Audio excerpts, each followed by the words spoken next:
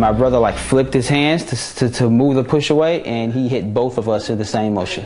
I'm very disappointed, especially as a person that wanted to go into law enforcement.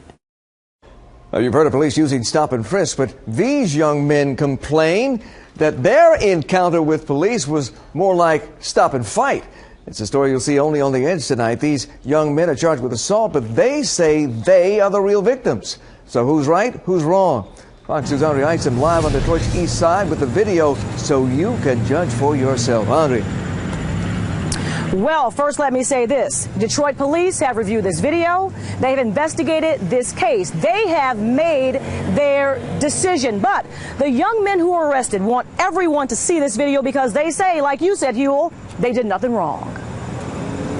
They say trouble finds you, and at that day, trouble found me. 20-year-old Tywan Mitchell and his big brother, 26-year-old Navon Moore, went to Grandy's Coney Island back in the month of May around midnight. This cannot be proven, but Mitchell says they were being profiled by two Detroit cops in this cruiser who he claims were tailing them close behind. I have no record, so I wasn't really worried. They pulled in behind us. I got kind of nervous, but then they backed away, so I thought everything was cool. You see in this surveillance video, the two brothers are by the counter, and the officers come in. They asked me what did I say to them in the parking lot.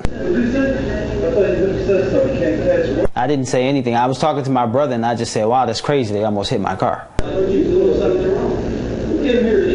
And me and my brother said, okay, and turned around. We thought that was the end of it. But it was not over. Shortly after, one of the officers asked the guys for ID. I said, well, what are you going to do with my ID? Please, can you tell me what you're going to do with my ID? And, tell me what I'm doing wrong. Name one thing that we did wrong in this Coney Island. The brothers were yelling, insisting on getting answers to why they were being questioned by the cops, saying they know their rights because one is in college for criminal justice, the other studying law. Then, all of a sudden... And pushed, and my brother like flipped his hands to move the push away, and he hit both of us in the same motion. He socked both of them momentarily, bang, bang, in the jaw.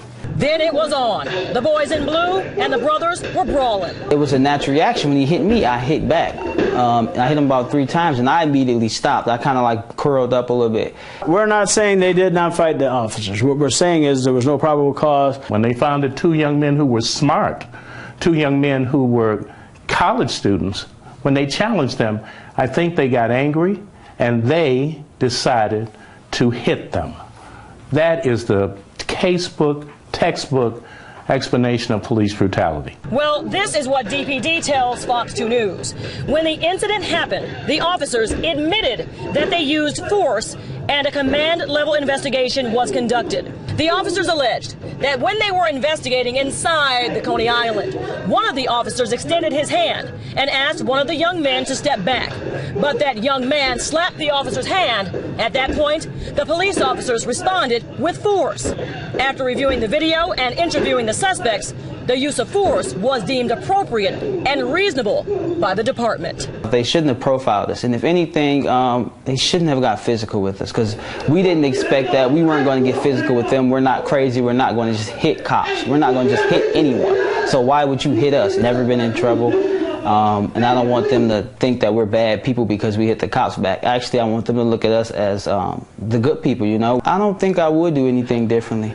I just feel bad because it's no telling how many other people have been in this type of situation. I'm thankful that mine was on camera and everybody can see it. I'm very disappointed, especially as a person that wanted to go into law enforcement. Changed my whole perspective, but actually that just gave me that drive to do it more. Well, DPD wanted to point out that when you slap away or move away an officer's hand, that is assaulting a police officer, which is a crime. Now, a police source I talked with tonight who works with those two officers in the video say they are both good cops, good street officers. Now, this situation did escalate. I think everyone can agree to that. The two young men say, though, they did not start any of this. They just reacted.